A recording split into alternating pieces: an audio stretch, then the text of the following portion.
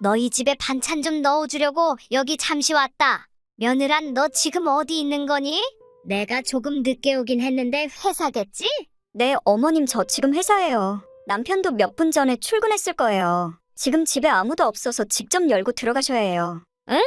나 비밀번호 모르는데 이거 어떻게 여는 거야? 경비실에 말하면 열어주고 그러는 거니? 아니면 내가 직접 누르고 해야 되는 거야? 어머님 경비실에서는 비밀번호를 몰라요. 직접 하셔야 돼요. 도어락 한번 터치하시고 0484 샵 버튼 누르면 열릴 거예요. 해보시고 또 안 되면 연락 주세요. 아이고, 이거 어렵네. 도어락이 뭐니? 도시락 그런 거니? 아니요, 현관문에 달려있는 전자식 장치 있잖아요. 그걸 도어락이라고 해요. 비밀번호니까 절대 다른 사람한테 알려주지 마시고 어머님이 직접 하시는 게 좋을 거예요. 그래, 아이고, 고맙구나, 새며느라. 시키는 대로 하니까 열렸어. 반찬 넣고 집에 가도록 해야지. 상할 수도 있으니까 냉장고 안쪽에 넣어뒀어. 우리 아들하고 까먹지 말고 꺼내 먹어라. 네, 어머님 감사합니다. 조만간 뵙도록 할게요. 저는 결혼한 지 이제 막 한 달 된 신혼입니다. 부호롱은 저희 시어머니인데 어느 순간부터 제가 회사 간 사이에 저희에게 먹을 것을 주겠다면서 반찬을 가지고 오셨습니다. 문을 열어줄 수 없는 상황이었기에 어쩔 수 없이 비밀번호를 알려줬는데 어느 순간부터 제 몰래 집에 다녀가는 일이 잦아졌습니다. 연락 한 번 없이 그러시는 걸 보고는 처음에는 외로워서 그러신가 보다 생각했는데 횟수가 잦아질수록 휴식 공간을 침해받는 느낌을 받았습니다. 주말에 남편과 쉬고 있는데 심심하다면서 비밀번호를 치고 방문한 시어머니 때문에 곤란했던 적이 한두 번이 아니었습니다. 저는 남편에게 부호롱이 자주 방문하는 것에 대해 불편하다고 토로하였습니다. 자기야, 나는 어머님이 오시는 건 좋은데 너무 자주 방문하시는 것 같아서 고민이야. 사생활을 침해받는 느낌이라고 할까? 자기 생각은 어때? 나도 그렇게 생각하기는 하는데 이건 당신이 이해해줘야 하는 거야. 우리 엄마 당장 혼자 살고 있는데 당연히 생각나는 건 나하고 당신밖에 없는 거지. 그러니까 계속 집에 오시는 거고 이해를 해줘. 머리로는 이해가 되는데 일 마치고 쉬어야 하는 주말이나 평일 저녁에 계속 방문해서 신경 쓰이게 하시잖아. 그리고 우리가 없을 때도 오셔서 그러고 앞으로 오시지 말라고 이야기해줘 자기가. 뭐 우리 엄마를 오시지 말게 하라고? 자기도 말을 참 섭섭하게 하네. 내가 편모 가정에서 자라서 우리 엄마밖에 없는 걸 잘 알잖아. 그런데도 그런 이야기를 한다는 말이야? 내가 말했잖아. 이해 못하는 건 아니라고. 그런데 내가 주말에 쉬지를 못해서 평일에 회사 업무에 지장이 있다고. 어머님이 오셔서 하는 잔소리 때문에 스트레스가 이만저만이 아니라니까? 그런데도 당신은 이렇게 방관한다는 이야기야? 이럴 거면 왜 결혼했어? 사랑하니까 했지. 그게 결혼이랑 무슨 상관인데? 됐고 나는 그렇게 못하니까 알고 있어라. 자기가 무슨 착각하고 있는 모양인데? 여기 내 명의로 되어 있는 신혼집이야. 내 맘대로 할 수 있는 권리도 내가 가지고 있다고. 착각하지 마. 여기는 같이 생활하는 공간이야. 그리고 조만간 여기에 우리 엄마가 한동안 들어와서 살 수도 있으니까 이해해줘라. 몸 건강할 때 나랑 좋은 추억 쌓을 수 있게 말이야. 뭐? 어머님이 여기 들어와서 사신다고? 내 집에 허락도 없이 그렇게 한다는 말이야? 자꾸 네 집 내 집 하는데 우리가 법적으로 부부가 된 게 다 서로 배려하고 살아가기 위해서 그런 거 아니야? 너는 부모님이 둘 다 살아계셔서 모르겠지만 나는 엄마만 있어서 더 소중한 사람이라고. 맨날 외롭다고 찾아오시는데 내가 어떻게 해줄까? 나도 회사 때문에 바빠서 아무것도 못하는데 하고 싶은 거라고 하게 해드려야지. 그게 우리 집 와서 너하고 나하고 이야기하는 게 전부인데? 그것도 못하게 하면 우리 엄마 오래 살 수 있을까? 다른 생각하지 말고 우리 집에 들어올 거니까 그런 줄 알아. 나는 허락 안 했고 들어왔다가는 봐봐 어떻게 되는지? 제 명의로 된 집에 하루가 멀다 하고 방문하는 시어머니 때문에 스트레스였는데 이제는 집에 들어와서 살겠다고 하였습니다. 저는 최악의 상황에 남편과 이혼을 결심하였습니다. 시어머님을 부양하기 위해 제가 결혼한 건 아니었거든요. 가장 먼저 현관 비밀번호를 바꿔 부호롱이 집안에 들어오지 못하게 하였고 특별한 준비를 해둔 상황이었습니다. 그러던 어느 날 당황한 부호롱에게 연락이 엄청나게 와 있었습니다. 며느라, 갑자기 집 문이 안 열리는구나. 이거 무슨 문제 생긴 거 아니니? 네, 어머님 집에 오신 거예요? 그럴 리가요. 문이 갑자기 안 열리다니. 한번 제대로 열어보시도록 해요. 아니, 저번에 쳤던 그대로 비밀번호를 쳤는데 안 열리고 있어. 내가 수백 번을 쳐서 이 집에 들어왔는데 갑자기 달라졌다는 게 이상한데. 이거 경비실 가야 되는 거니? 경비실에 가서 한번 물어보세요. 그 집 비밀번호 뭐냐고요. 며느라, 장난치지 말고 빨리 알려줘. 경비실 아저씨가 비밀번호 바뀌어서 그런 거라고. 너가 그런 거라고 하던데 왜 바꾼 거야?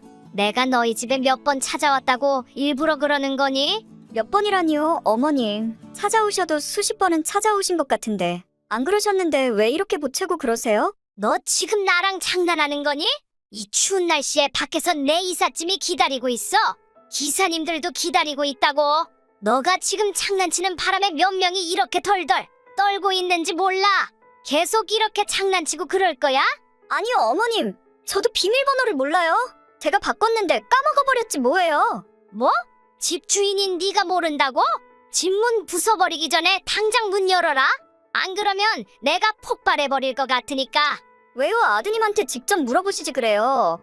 아드님이 비밀번호 잘 아실 것 같은데. 뭐? 우리 아들도 비밀번호 바뀐 지 며칠 되었다고 하더라. 너 지금 어디 있는 거야? 왜 안 나타나는 거냐고? 저 앞으로도 안 나타날 거고 연락 안 해줬으면 좋겠네요. 그 집 제 집이라고 분명 말씀드렸던 것 같은데. 추운데 몇 시간 더 고생해서 밖에 있으셔야 할 것 같은데요. 뭐? 그게 무슨 말이야? 이상한 말들 하지 말고 빨리 비밀번호 말해. 발가락 걸어버릴 것 같으니까. 비밀번호 모른다니까요. 그냥 벨 한번 눌러보세요. 안에 누가 있는지 말이죠. 배를 눌러보라고? 뭐야? 이 사람들은? 너가 아는 사람들이니? 갑자기 왜 다른 사람들이 네 집에 있는 거야?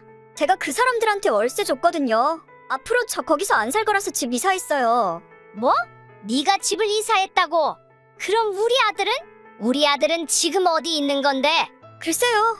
저는 이혼해서 잘 모르겠는데요. 어머님이 직접 연락해 보시는 게 좋을 것 같네요. 앞으로 저한테는 연락하지 마시고요. 뭐? 이혼을 했다고? 그럼 우리는 어디서 살라고 그런 거야, 며느라? 그러지 말고 다시 돌아와.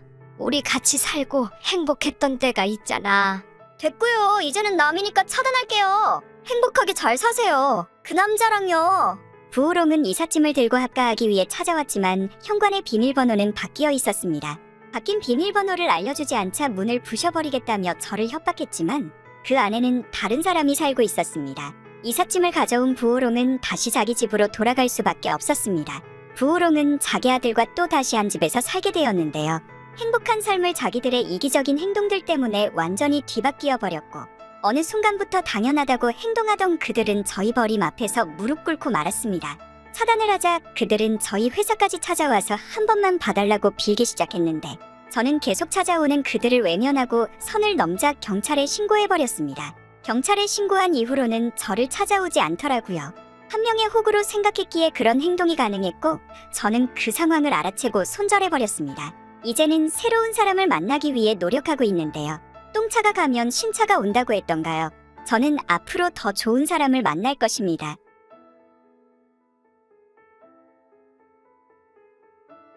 너 지금 어디 있는 거니? 시간 되면 여기 와서 시아버지 좀 봐줘라. 치매에 걸려서 그런지 정신이 오락가락하고 똥오줌도 못 가리는데 내가 아주 죽을 맛이야. 어머님, 저 이제 일막 마쳤어요. 아버님 몸 상태는 조금 어떠세요? 어떠긴 뭐 어때? 항상 똑같지 뭐. 어린아이같이 칭얼대고 하고 혼자 씻지도 못하고 자기 자식 얼굴도 못 알아본단다. 내가 이렇게 5년 이상을 살다 보니 내가 오래 못 살 것 같다. 이제는 근육도 점점 빠져서 제대로 서 있는 것조차 힘들어. 일단은 제가 직접 찾아가도록 할게요, 어머님. 조금만 참으시고 아버님한테 제가 간다고 말씀해주세요. 너가 간다고 말하는 것도 의미가 없어. 어차피 알아먹지도 못하는데 나는 힘이 없어. 이젠 너가 와서 샤워도 시키고 옷도 갈아입히고 좀 해라. 네, 알겠습니다, 어머님. 최대한 빨리 갈게요. 그래, 빨리 와. 저는 결혼한 지 얼마 안 된 30대 초반의 새댁입니다. 결혼하기 전부터 시아버지가 치매에 걸렸다는 이야기를 들었습니다. 꽤나 40대부터 건강이 안 좋으셔서 계속 집에만 계셨는데 사회생활을 하지 않으시다 보니 머리를 쓸 일이 없었고 치매가 걸리시면서 최악의 상황에 직면하게 되었습니다. 일상 대화조차 불가능한 지능을 가지게 되었으며 시어머니는 고통스러워하셨습니다. 신혼여행을 갔다 온 직후부터 제가 쉬는 주말에 시아버지 좀 봐달라는 부탁을 자주 하셨습니다. 저는 귀찮기도 했지만 이제 결혼한 이상 가족이라고 생각했고 시어머니를 이해하기 위해 노력했습니다. 하지만 저희 배려와 다르게 시어머니는 저에게 부탁하는 빈도가 점점 잦아졌고 저를 이용하는 듯 보였습니다. 며느라, 어느 시간 되니? 네 시아버지가 너만 찾는구나. 너만 찾고 있어.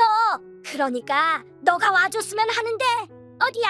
어머님, 오늘 평일이에요. 이 시간이면 저는 회사에 있지. 시아버지님이 저를 찾는 건 알겠는데 일하는 평일까지 이렇게 연락하시는 건 너무 불편해요. 불편하기는 우리 이제 가족인데 편하게 연락하는 게 당연한 거지. 그리고 네 시아버지가 너를 너무도 찾아. 그래서 내가 연락을 할 수밖에 없었어. 내 마음도 너가 이해해줄 필요가 있어. 치매 환자 돌보는 어머님 마음을 이해 못하는 건 아니에요. 하지만 저도 어엿한 사회생활을 하는 직장인이라고요. 일하는 시간에까지 연락하시는 건 제가 너무 불편해요. 가능하면 안 해주셨으면 좋겠습니다.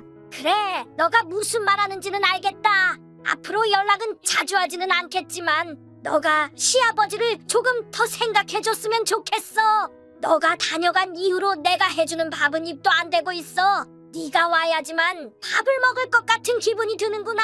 그럼 일단은 제가 일 마치고 잠깐 가도록 할게요. 그래, 고맙구나 며느라. 그럼 저녁에 보자꾸나. 어느 순간부터 치매에 걸린 시아버지는 저를 따르기 시작했습니다. 시어머니인 김한탕은 그런 핑계를 대고 저에게 시아버지를 더욱 부탁하기 시작했습니다. 주말에서 시작된 부탁은 평일로까지 이어지면서 토요일, 일요일은 물론 평일에 기본 3번은 회사를 마치고 시아버지를 케어해야만 했습니다. 그런데 알고 보니 시아버지가 김한탕을 피하는 이유가 있었더군요. 시아버지 샤워를 시키면서 보게 되었는데 온몸에 구석구석 멍이 있었습니다. 이는 말을 듣지 않는다는 이유로 김한탕에게 몇 대 맞은 것으로 추정되는 상처였습니다. 김한탕은 치매에 걸린 시아버지를 폭행하면서 자기를 싫어하게 만든 뒤 저에게 모든 것을 떠넘기려는 속셈이었습니다. 그러던 어느 날 저에게 어이가 없는 제안을 하더군요. 며느라, 너가 우리 남편 잘 보니까 나는 기분이 좋아. 그래서 제안하는 건데 너 혹시 회사 그만둘 생각은 없니? 네, 어머님 회사를 그만두다니 그게 무슨 말인가요? 설마 제가 생각하는 걸 말씀하려는 건 아니죠? 아니긴, 내가 다 너한테 부탁할 수밖에 없는 사연이 있잖아. 너도 알다시피 나보다는 너를 좋아하니까 그렇지. 회사 다니면서 받는 돈은 내가 적당히 주도록 할게. 그러니까 회사 그만두고 우리 집에 들어와서 한동안 살아. 어머님, 저 거기 들어가서 살면 우울해서 미칠 수도 있어요. 돈도 돈인데 사람답게 생활을 해야죠. 어떻게 제가 하루 종일 시아버지 뒷바라지만 하고 살겠어요. 그런 나는 하루 종일 뒷바라지 하고 그러는데 나한테 남는 건 뭔데? 오히려 나를 싫어한다. 이 사람이 너만 찾는데 너가 좀 와서 도와줄 수 있는 거 아니니? 시아버지가 싫어하는 건 어머님이 몽둥이 찜질해서 그런 거 아닌가요? 아니야. 내가 그런 게 아니고 스스로 그러는 거라고. 아무튼 너가 안 오면 이 사람도 오래 못 살 것 같으니까 제발 부탁이다. 어려운 사람들도 시간과 돈을 내서 도와준다고 하는데 가족이라고 그런 걸 못할 수 있을까? 나는 너를 믿는다, 며느라.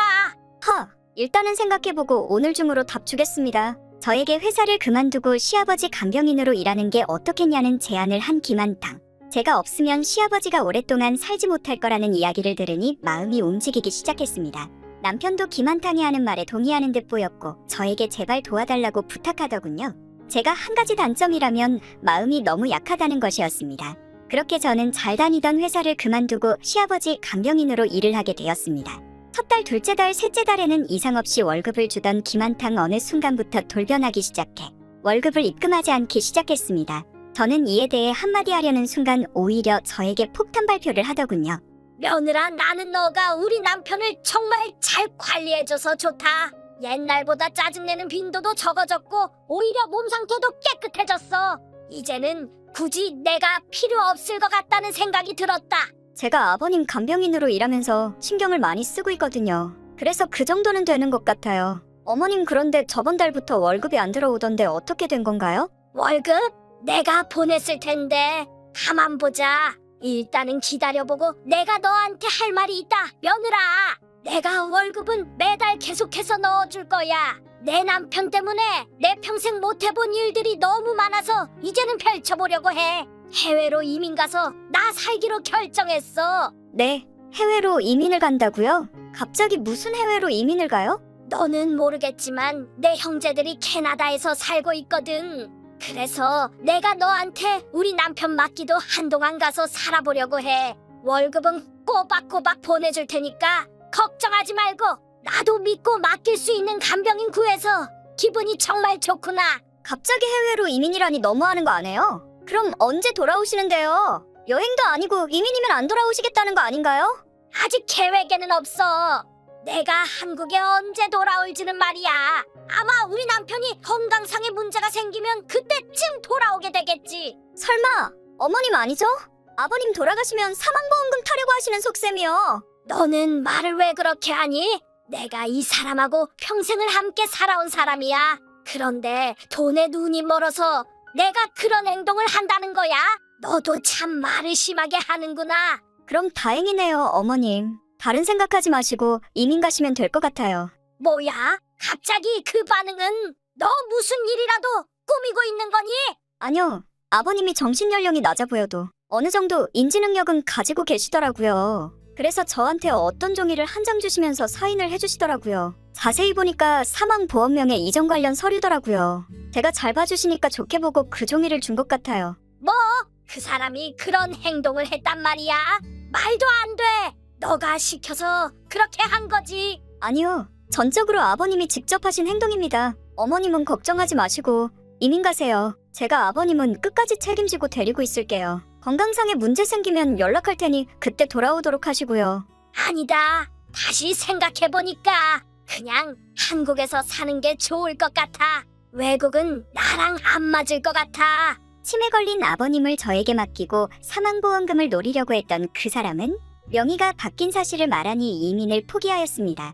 그렇게 5년이라는 시간이 지난 후 아버님은 돌아가셨고 모든 사망보험금은 저에게로 돌아왔습니다. 뒤늦게 김한탕은 후회하고 저에게 돌려달라고 애써봤지만 저는 무시하였고 그 돈을 가지고 행복하게 살았답니다.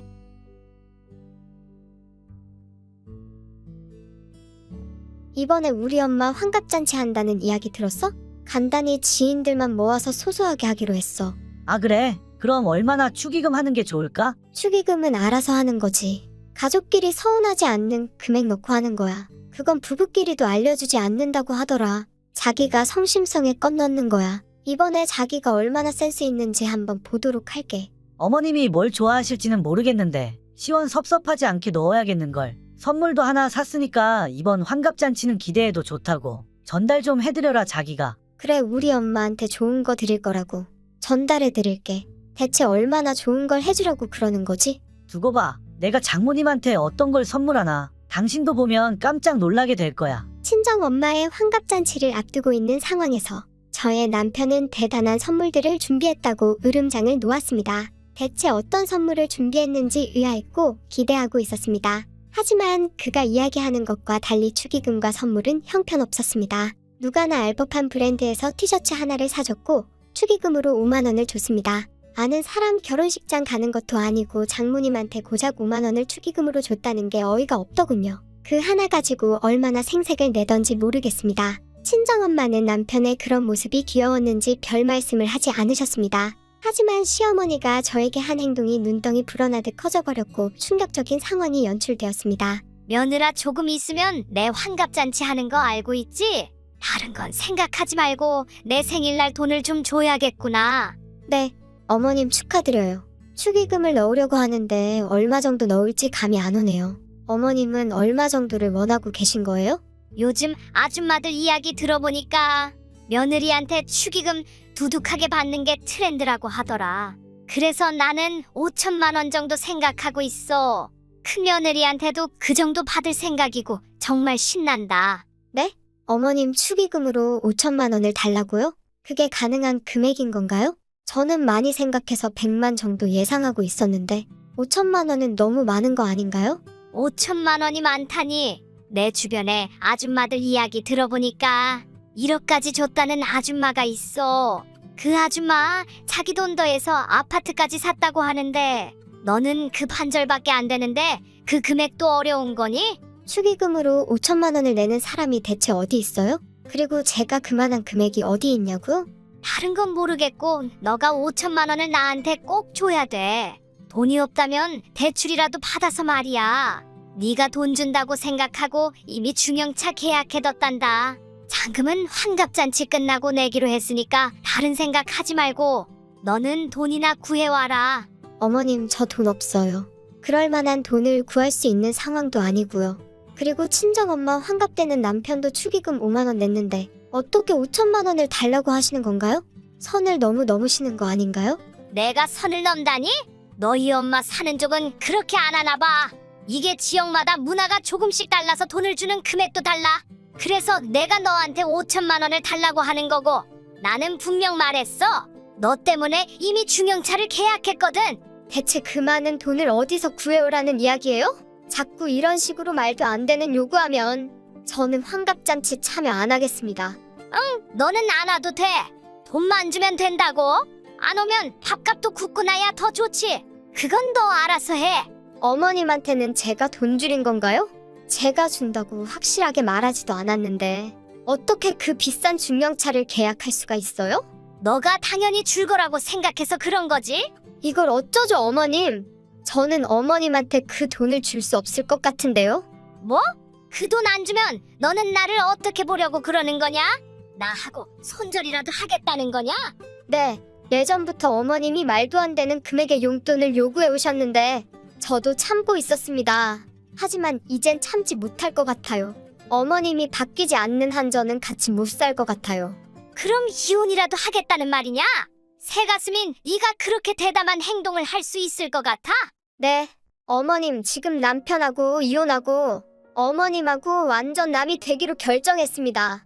5천만 원은 알아서 다른 사람한테 받으시고 이젠 저한테 연락하지 마세요. 당신을 만날 일은 절대 없으니까요. 뭐야? 정말 하겠다는 거야?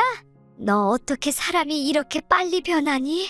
오래전부터 금전적인 요구를 해오던 간장게장과 그의 쫌생이 아들과 이혼하였습니다. 이야기를 들어보니 환갑잔치에 축의금이 100만 원도 안 들어왔다는 이야기가 있는데요.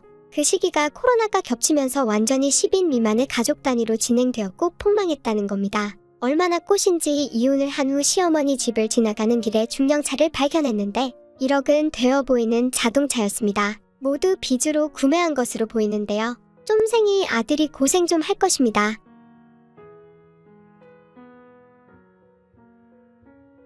잘 다니던 직장을 잘려버렸어. 구조조정한다는 이야기는 들었는데 내가 그 인력 중에 가장 먼저 잘릴 줄은 몰랐지 뭐야. 자기야, 나 이제 어떻게 해? 어떻게 하긴 뭘 어떻게 해. 아무리 여자라고 해도 일용직 근무를 하던가 회사 쉬는 동안 아르바이트를 하거나 일자리를 알아봐야지. 그렇지? 돈이 없어서 정말 걱정이다. 매달 내가 친정하고 시댁 용돈 보내드리고 있었는데 그것마저도 못 보내고 내 생활하기도 힘들어졌어. 한동안은 자기가 좀 보내드리면 안 될까? 뭐? 너가 효도하는 걸 나보고 대리해서 하라는 거야? 그동안은 다 네 기분 때문에 그렇게 한 거잖아. 그걸 내가 왜 맞춰야 하는 건데. 우리가 부부이긴 해도 돈 관리는 각자 하는 거고 쓰는 것도 다 각자 하는 거야. 당신이 잘린 것은 유감이지만 그 이유 하나만으로 내 재산권을 침해할 수 없다고. 알겠어. 하는 수 없지. 그럼 내가 일은 쉬는 동안만이라도 시댁에는 당신이 용돈 좀 보내줘. 우리 집은 내가 챙길게 부탁이야. 이건 너가 결혼 전부터 약속한 거잖아. 우리 집까지 꼭 챙기겠다고 말이야. 나는 그렇게 못하겠으니까 너가 알아서 다 챙겨. 당신 너무한 거 아니야? 벌이도 당신이 훨씬 많으면서 양쪽 집안 챙기라는 걸 참고 있었어. 그동안 내가 그래도 조금만 희생하면 싸울 일은 없으니까. 그런데 이제 내가 벌이가 없으니까 당신이 좀 도와줘야지. 우리 부부잖아. 서로 상부상조해서 살아가는 거라고. 부부이긴 한데 너가 결혼 전 했던 약속은 꼭 지켜야지. 양가 부모님 동일하게 효도하겠다면서 네 입으로 직접 이야기했는데 설마 못 지키겠다는 거야? 그건 아닌데 상황이 지금 어렵잖아. 내가 뭐든 할 수 있는 단계도 아니고. 그래서 당신한테 부탁을 하는 건데 그것도 힘드냐고. 됐고, 어려운 상황 너가 조금 더 분발해서 해결해 나가길 바랄게. 정 힘든 상황이 오면 나한테 말해줘.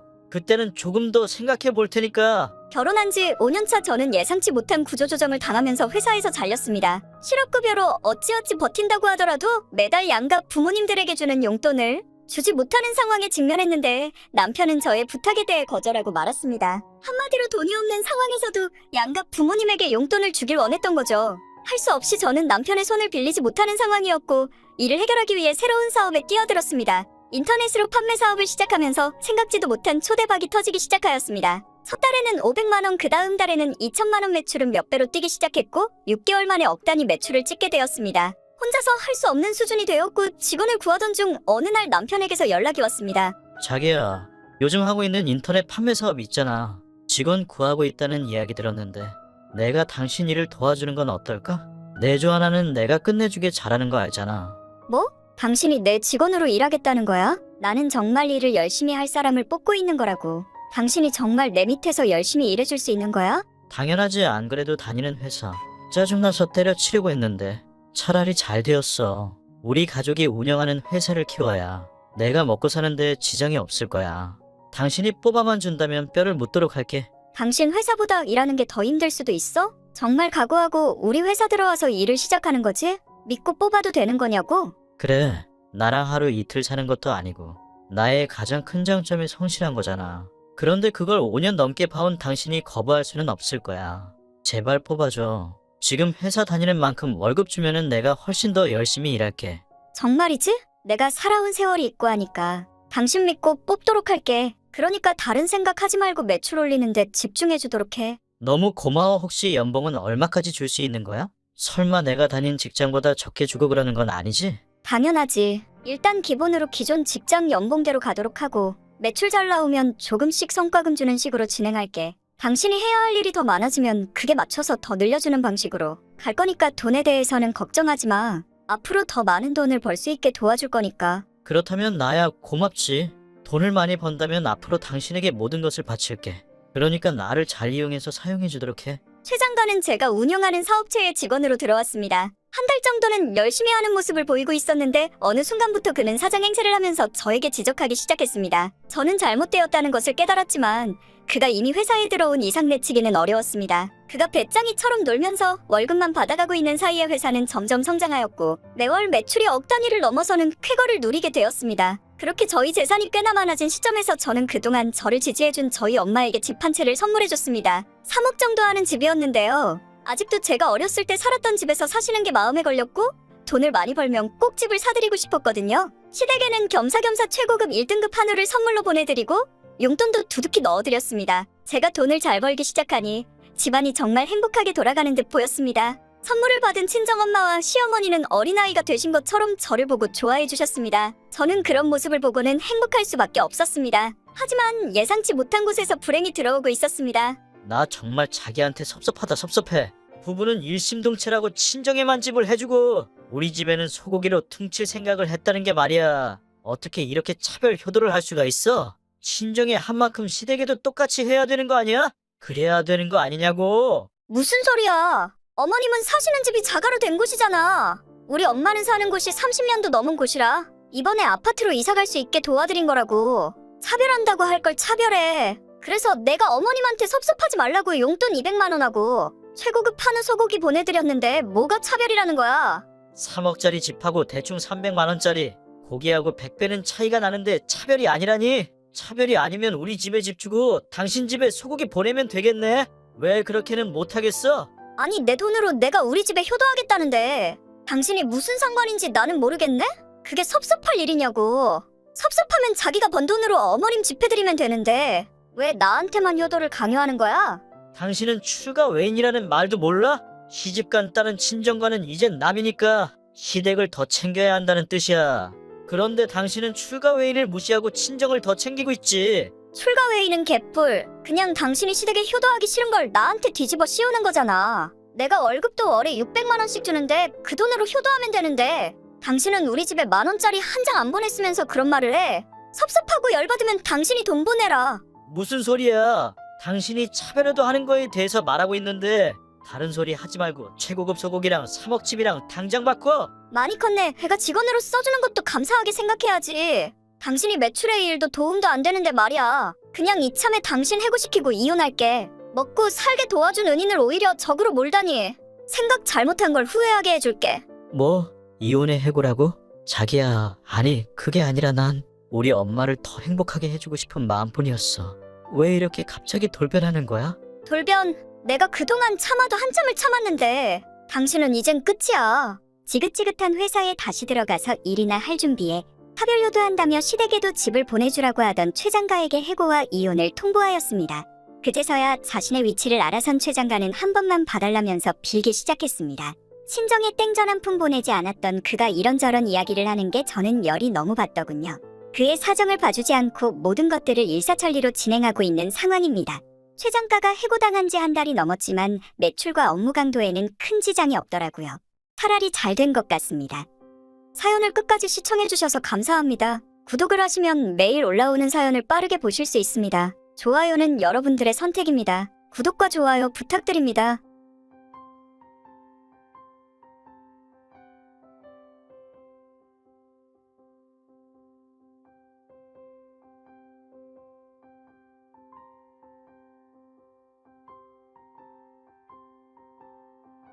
뭐야, 동서 오늘 우리 영호한테 반말했어? 내성적이고 조용한 애가 집에 오면 이야기 한마디 안 하는데 오늘 있었던 이야기 하더라. 왜 애들한테 반말을 하고 그래? 네? 형님, 그게 무슨 말씀이신지요? 영호는 저보다 20살 어린 이제 초등학생 아닌가요? 그리고 손아래 시족하니까 당연히 반말하는 게 맞죠. 지금 뭔가 단단히 착각하고 있는 모양인데 우리 집에서도 영호한테 반말 안 하고 존댓말하면서 키워. 아무리 어리더라도 그만큼 우리가 존중해주는 거라고. 그런데 동서가 뭔데 우리 아들한테 반말을 하냐 이 말이야. 네? 집에서도 영호한테 존댓말을 한다고요? 그게 말이 되는 소리인가요? 정말 간혹 나이 차이가 많이 안 나는 경우에 존댓말 하는 건 봤지만 어린 조카한테 존댓말 하는 건 처음 들어보네요. 됐고 이제부터 영호 만나면 반말하지 말고 존댓말해줘. 반말하면 애 교육에 별로 좋지 않으니까 신경 써주라고. 싫으면 아예한테 인사를 하지 말던가. 어떻게 조카를 만나면 인사를 안 해요? 제가 결혼한 이상 같은 가족이고 식구인데 그렇게 하는 것 자체가 말이 안 되는 거 아닌가요? 됐고 동서. 앞으로 영호 부를 때는 다른 생각하지 말고 영호 씨라고 불러. 그게 힘들면 영호님이라고 부르던가. 우리 집안 교육관이니까 어기지 않는 게 좋을 거야. 무례한 모습 계속 보여주면 동서 만나기 힘들 거야. 그게 그 정도로 화낼 건가요? 일단은 뭐 알겠습니다. 저는 이제 막 결혼한 20대 후반의 여성입니다. 남편 누나에게는 이제 막 초등학생이 된 아들 영우가 있습니다. 저에게는 시조카인데요. 영우는 평소에 내성적이고 사람을 만나는 것을 싫어해 학교 가는 것 말고는 집 밖으로 잘 나오지 않는다고 합니다. 그런데 운이 좋게 학교에서 집으로 가는 영우를 만났고 저는 반갑게 인사했습니다. 만나서 이런저런 이야기를 하면서 내성적인 아이에게 최대한 말을 하고 있었습니다. 맛있는 음식을 사주면서 같이 밥도 먹고 좋아하는 떡볶이도 사주고 빵도 포장해서 보내줬습니다. 그 자리에서 저는 당연히 저보다 어린 초등학생 시조카니 반말로 이야기를 했습니다. 당연히 기분 나쁘게 이야기한 것도 아니고 좋은 분위기에서 같이 이야기를 나눴습니다. 당일 저녁 이렇게 형님에게 연락이 와서는 저보고 앞으로 시조카에게 반말하지 말라고 하더군요. 무례하다는 표현을 하면서 저와의 관계를 손절할 것처럼 이야기하길래 일단은 알았다고 말했습니다. 그날 저녁 갑자기 시어머니에게 연락이 왔습니다. 며느라, 너 오늘 영호한테 반말했다는 게 사실이니? 네, 사실이에요. 형님한테 들으셨겠지만 당연히 어린 친구한테 반말하는 게 저는 기본이라고 생각하거든요. 너는 개념이 없는 거니? 아무리 어린 조카라고 해도 반말이 기본이 말이 돼. 다른 생각하지 말고 앞으로 존댓말 하거라. 안 그러면 우리 집안에서 살아남기 힘들 거야. 저는 이해가 안 되는 게 20살이나 어린, 그것도 손아래 시조카한테 반말하는 게 당연한 거 아닌가요? 가족관계도에도 그렇게 나와 있는데 왜 이렇게 존댓말을 강요하는지 저는 모르겠습니다. 가족관계도는 참고할 뿐이지 영호가 우리 집안을 일으킨 장손이란 말이야. 너 장손한테 반말하는 거 봤어? 할머니인 나도 영호한테 반말 안 하고 존대한단다. 그런데 너 따위가 그렇게 말하는 게 나는 열받는다는 거야. 어머님도 영우한테 존댓말 한다고요? 그럼 남편은요? 남편도 존댓말 하고 그래요? 당연하지. 우리 집안에서 너처럼 그렇게 영호를 막대하는 애도 없단다. 앞으로 100년 후 대를 이어갈 장손 영호인데 말이야. 너도 다른 생각하지 말고 앞으로 영호 만나면 존댓말해. 저는 그렇게 못하겠는데요, 어머님? 앞으로 영우 만나면 계속 반말하고 존댓말 안 쓸 거예요. 뭐? 영호한테 존댓말을 안 쓰겠다고? 너 그럼 우리 가족이 될 수 없는 건데 내가 앞에도 이야기하지 않았니? 나도 우리 영호한테는 존댓말 한다고. 그런데 너가 뭐라고 반말을 하는 거야? 됐고요. 제 생각은 변함이 없어요. 앞으로도 계속해서 존댓말 할 생각은 없고요. 계속 그거 가지고 뭐라고 하시면 시댁은 안 만나면 되는 거니까 그렇게 알고 있으세요. 너 결혼한 지 한 달밖에 안 되었는데 벌써 그런 생각을 해? 내가 며느리를 잘못 들였구나. 잘못 들였어. 됐고 내가 다시 연락하마. 시댁이 뭔가 잘못돼도 한참은 잘못된 듯 보였습니다. 시어머니까지 장손이라며 영우에게 존댓말을 하고 있었고 끝까지 저에게 존댓말을 요구하였습니다. 하지만 저는 뜻을 굽히지 않고 있었습니다. 남편도 저희 행동을 이해하지 못하는 분위기였습니다. 당신 영화한테 반말했다는 이야기 들었어. 앞으로 시댁을 만나건 안 만나건 당신 맘대로 해. 그런데 영화한테 반말한 건 직접 만나서 사과해야 될 거야. 뭐? 영우한테 직접 사과하라고? 내가 주변 지인들한테 물어보니까 이게 무슨 잘못이냐고 하더라. 로마에 오면 로마 법을 따르는 것처럼 우리 집에 시집을 왔으면 우리 집 법을 따라야지. 왜 당연한 걸 안 하려고 하는지 난 이해할 수가 없네. 이 집안은 독재가 너무 심해서 나는 살 수가 없네. 나는 영우한테 사과 못하겠고 계속 요구한다면 당신하고 이혼할 생각이야. 뭐? 이혼?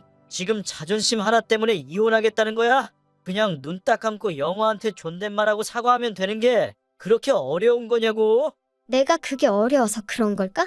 이제 막 결혼했고 앞으로도 살아갈 날들이 분명 많은데 이런 사소한 것 가지고 문제가 생기면 앞으로 더 많은 문제가 생기겠지. 나는 뜻을 굽힐 생각이 없고 계속해서 그런다면 당신하고 이혼할 거야. 자기야, 그러지 말고 딱 한 번만 따라와줘라. 앞으로 내가 이런 일 생기면 나서서 커버해줄게.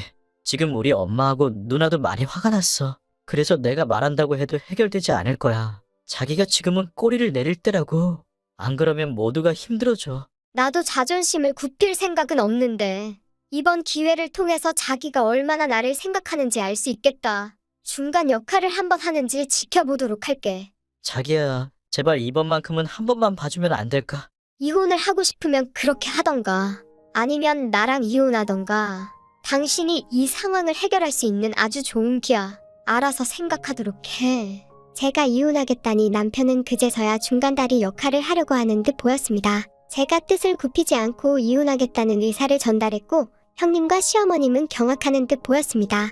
이혼 이야기를 듣고도 시댁 측에서도 뜻을 굽힐 생각은 전혀 없는 듯 보였습니다. 저는 그 이야기를 듣고 이혼을 하려고 했던 찰나의 남편의 선택이 저를 당혹스럽게 만들었습니다. 자기야, 내가 우리 누나하고 엄마하고 이야기해봤는데 영화한테 와서 꼭 사과하라고 하더라. 나 그럼 당신하고 이혼할게. 앞으로 다른 여자 찾아서 만나도록 해. 그게 아니라 난 당신하고 살 거야. 앞으로 우리 엄마, 누나 안 봐도 되고 당신하고 단둘이 살 거니까 너무 걱정하지 마. 뭐, 그럼 시댁하고 손절하겠다는 이야기야? 어차피 자주 찾아가지도 않는데 나도 이참에 우리 가족들 안 볼 생각하고 있어. 자기가 나한테는 더 소중한 존재거든. 그게 정말이야?